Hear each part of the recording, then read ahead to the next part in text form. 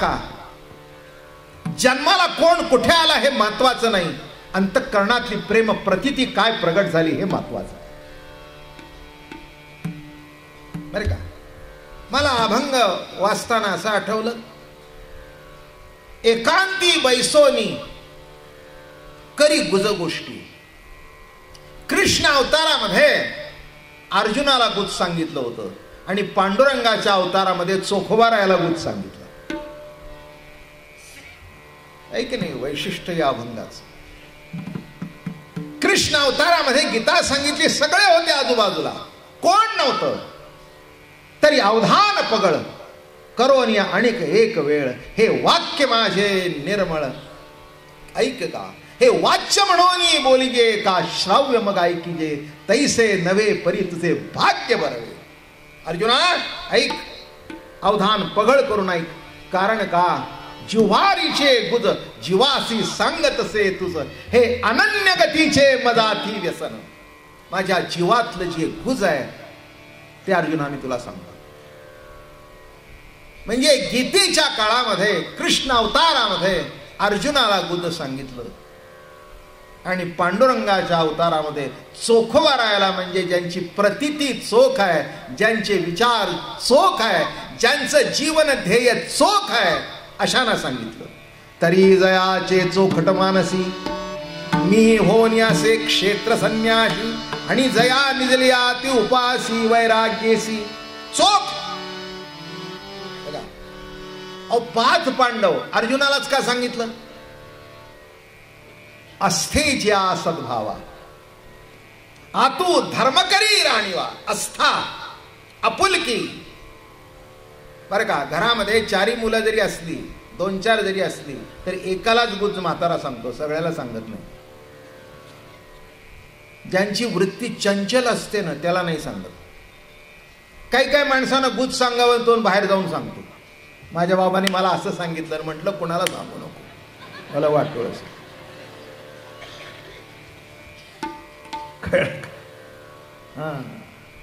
गुज ऐकल्यानंतर ऐकला तिथेच विसरला आणि योग्य वेळेला बाहेर काढला, अशाला गुज सांगावं. गुज ऐकण्याची सुद्धा लायकी लागते, गुज ऐकण्याची सुद्धा पात्रता लागते, नाही का. पूर्वीच्या काळी कुठेतरी धन पुरून ठेवायचे. हो, मग तो म्हातारा आपल्या बायकोला सुद्धा सांगायचा नाही, कारण बायकाच्या तोंडात काही राहत नाही असं म्हणत होते.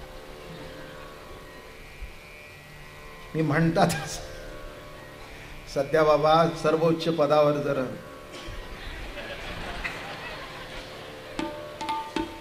जीव तत्व हे मूळचं चोख आहे, कुठेतरी जीवनामध्ये येतं, नको ते एकत्र येतं, कुठेतरी डाग लागतो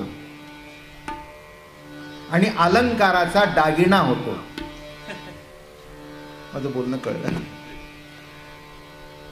अजून मराठी भाषेतलं महत्व लक्षात घ्या. ज्याला डाग नसतो तो अलंकार आणि ज्याला डाग असतो तो दागिना, नाही का. दागिन्याला डाग असतो, कोल्हापुरी साज, अनारकली हार, याला डाग आहे. पण पूर्वीचे शिंदेशाही तोडे, नुसत्या ठोकलेल्या पाटल्या, कुठेही काही नाही, नुसती चिप घेतली, ठोकली, बरोबर केली, तोंड जुळली, जमलंय. अलंकार. तसं मुळात चोख जीव आहे, जीव स्वयचित स्वरूप, पण जे गुणी मिळे दिसे तद्रूप. मुळात जीव हा शुद्ध आहे, पवित्र आहे. पण काय होतं, आपली मुलं चांगली असतात पण नको तिथे जातात आणि मग आपण म्हणतो बिघडलं. वस्तुस्थिती आहे, मुलं चांगलीच असतात, ज्या घरामध्ये वाढतात तिथले संस्कार चांगले असतात, पण नको त्या बैठकीमध्ये गेलं की मुलं जशी बिघडतात. अगदी चांगलं तोंड आहे पण नको ते तोंडात गेलं तर तोंड सुद्धा कडू होतं. तसं जीवन चोख आहे, जीवन पवित्र आहे, पण नको ते प्रतितीत जातं, नको ते विचारात शिरतं, नको ते मनामध्ये येतं आणि मन चंचल होतं.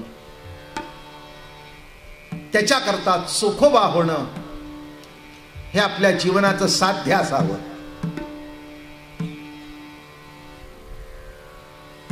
एखादी स्त्री आहे आणि तिने गोपनीयतेची शपथ घेतल्यानंतर मी असं कसं म्हणू, नाही का, कसं म्हणू, म्हणून असं म्हणत होते असं मी स्टेटमेंट केलं.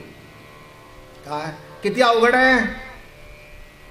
म्हणून तो म्हातारा मरताना आजूबाजूला कोणी नाही असं बघून एखाद्या मुला, हे बघ राम्या इकडे, ते अमके तमके आपली चौकट आहे ना दरवाजाची, त्याच्या उजव्या हाताला ते काढायचंच नसतं. अगदी आपल्या घरावर संकट आलं तरच काढायचं, दुसरं कोणाला सांगू नको. तू तुझ्या पोराला, बायकोला सुद्धा नको. असं बोलणं कळलं का? तसं या ठिकाणी अर्जुनाला गुज जसं ज्ञानेश्वरीत सांगितलं, अर्जुनाचं गुज आध्यात्मिक होतं. ते गुज सांगताना पुढच्या श्लोकामध्ये म्हणाले, तरी बाह्य आणि अंतरा आपुलिया सर्व व्यापारा मदव्यात व्यापका ते विरा विषयो करी. बाह्य आणि अंतरामध्ये अंतरच नाही, बाह्य आणि अंतरामध्ये अंतर नाही, हा विचार परिपक्व कर. अर्जुना कळलं का? हा आध्यात्मिक विचार फार मोठा झाला. चोखोबारायला संसारातली तुमच्यासारखी माणसं त्यांच्या करता विचार सांगितला. गीतेमध्ये जे तत्वज्ञान सांगितलं, अध्यात्माची परिसीमा, ते सुद्धा शेवट सांगितलं. पहिल्यांदा गुज सांगितलं नाही बरं का. गुज कळण्याकरता सुद्धा पात्रता लागते. चाव्या घ्यायच्या की नाही. मुलगा म्हणतो, बाबा माझ्याकरता चाव्या आहेत ना. तुझ्या करताच आहे, पण योग्य वेळी देईन. जेव्हा चावीचं महत्व तुला कळेल तेव्हा देईल. तसं अर्जुनाला 18 अध्याय गीता सांगून शेवटी सांगितलं. शेवटी अर्जुनाला सुद्धा म्हणावं लागलं, आता किती नावा गुज म्हणता कानडे वाटेल तुझं. मग आजपासून म्हणतोय गुज सांगतो, गुज सांगतो, गुज सांगतो, गुज सांगतो. सांगत का नाही? नाही रे म्हणे, तुझी तयारी करतो. तुम्हाला जर कोणी म्हटलं ना चकली देतो म्हटलं तर बरं आणा. मग तुम्हाला जर कोणी सांगितलं ना, अहो आत्ताच दिवाळीचा फराळ केला आणि देवाला चकलीचा नैवेद्य दाखवला तुम्हाला देतो, असं होय, जरा देवाचा प्रसाद होय, हात पुसून घेतो. माझं म्हणणं कळलं का? नुसता एक शब्द टाकला की देवाचा प्रसाद म्हटला की जाणीव झाली, हे काही नुसती चकली नाही, हा प्रसाद आहे. तसं गुह्य हळूहळू सांगितल्यानंतर जाणीव झाली की हे सामान्य गुज नाही, सामान्य गुज नाही, हे असामान्य गुज आहे. आणि म्हणून ते गुज जसं अर्जुनाला सांगितलं तसं या ठिकाणी. आणि चोख प्रतितीचे आमचे चोखोबाराया. एक लक्षात ठेवा, देव प्रवचनात का नसतो? कारण तो प्रवचन करतो. माझं बोलणं कळलं का? गीतेचं काय झालं? कीर्तन झालं का प्रवचन झालं? आता ज्ञानेश्वर महाराजांनी त्याचं कीर्तन केलं बरं का. धर्म कीर्तन नाव ठेवलं ज्ञानेश्वर महाराजांनी. ज्ञानेश्वर महाराजांनी काय ठेवलं? पण देव प्रवचन करतो आणि ज्या ठिकाणी कीर्तन आहे तिथे प्रत्यक्ष देव असतो. कारण देवाला नाचायला आवडतं, भजन करायला आवडतं. कारण काय आहे, प्रवचनामध्ये उपदेश आहे आणि कीर्तनात त्याचं नाव घेतात. कोणाला आपल्या नामाचा गजर झालेला बरा वाटतो की नाही? काय लग्न झाल्यानंतर जे बाईला मुलाचा राग येतो, काय कारण असलं बाई? त्याचं एक कारण आहे की तिचं नामस्मरण कमी होतं. कारण तिचं नामस्मरण एकदम निम्म्यावर आलं, 50%. घरात आलं की आई जरा पाणी दे, आई खायला दे, आई माझा बुशर्ट कुठे ठेवला, आई माझा टॉवेल कुठे ठेवला. इथे काय असतो? तुमच्या आमच्यासारखे साधे जीव संसारी आसक्त माया मोहेरत आणि आईसे जे पतित तारावया. एक तरी हात वर करून मला सांगेल का की मला संसाराचा त्रास नाही?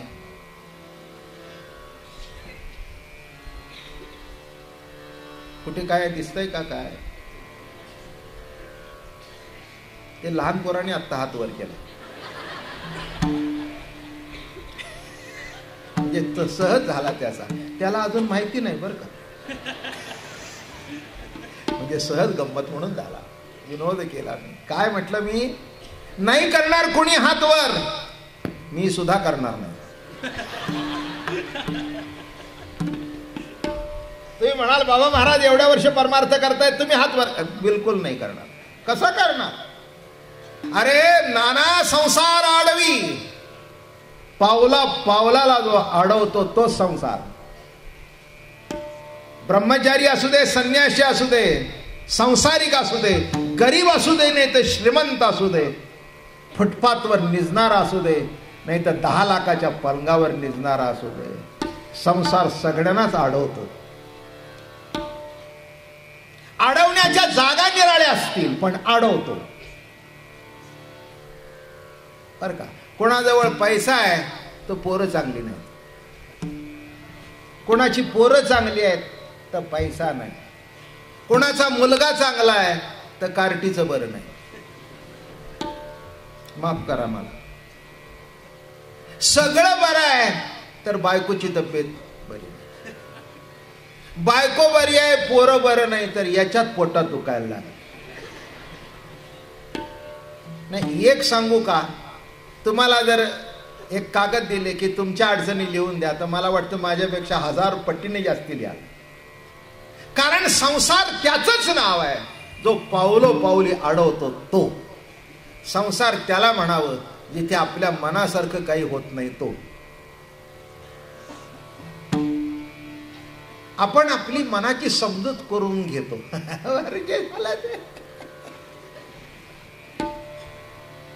समजूत करून घेणं निराळं. बाई लग्न करते म्हणजे तिला 100% पटला म्हणून नाही. तो तिच्या गळ्यात हार घालतो याचा अर्थ ती त्याला 100% पटली असं नाही. बाप म्हणाला 10नी तुला नापास केले, आता 11वा तरी जाऊ दे, पुन्हा नापास आता चिपका नको. कळला का संसार? संसार. मग वडील म्हणतात झालं बाबा एकदा काय. पण झालं तरी मनातली पाल सुकतुकतेच. बरोबर काही झालं सांगा मला. इथे एवढा हजारोनी आज अगदी फुल कपॅसिटीने क्राऊड आहे. रोज असतोच पण आज जास्तीत जास्ती आहे. कीर्तन म्हटल्यानंतर माणसांना जरा गाणं भजन कीर्तन आवडतं म्हणून माणसं जरा जास्ती येतात. अजून आलं का लक्षात? हो, गाण्याचा आवड असते, संगीताचं. खरंच आहे वारकरी संप्रदायामध्ये प्रवचन नंतर आली, पहिल्यांदा कीर्तना.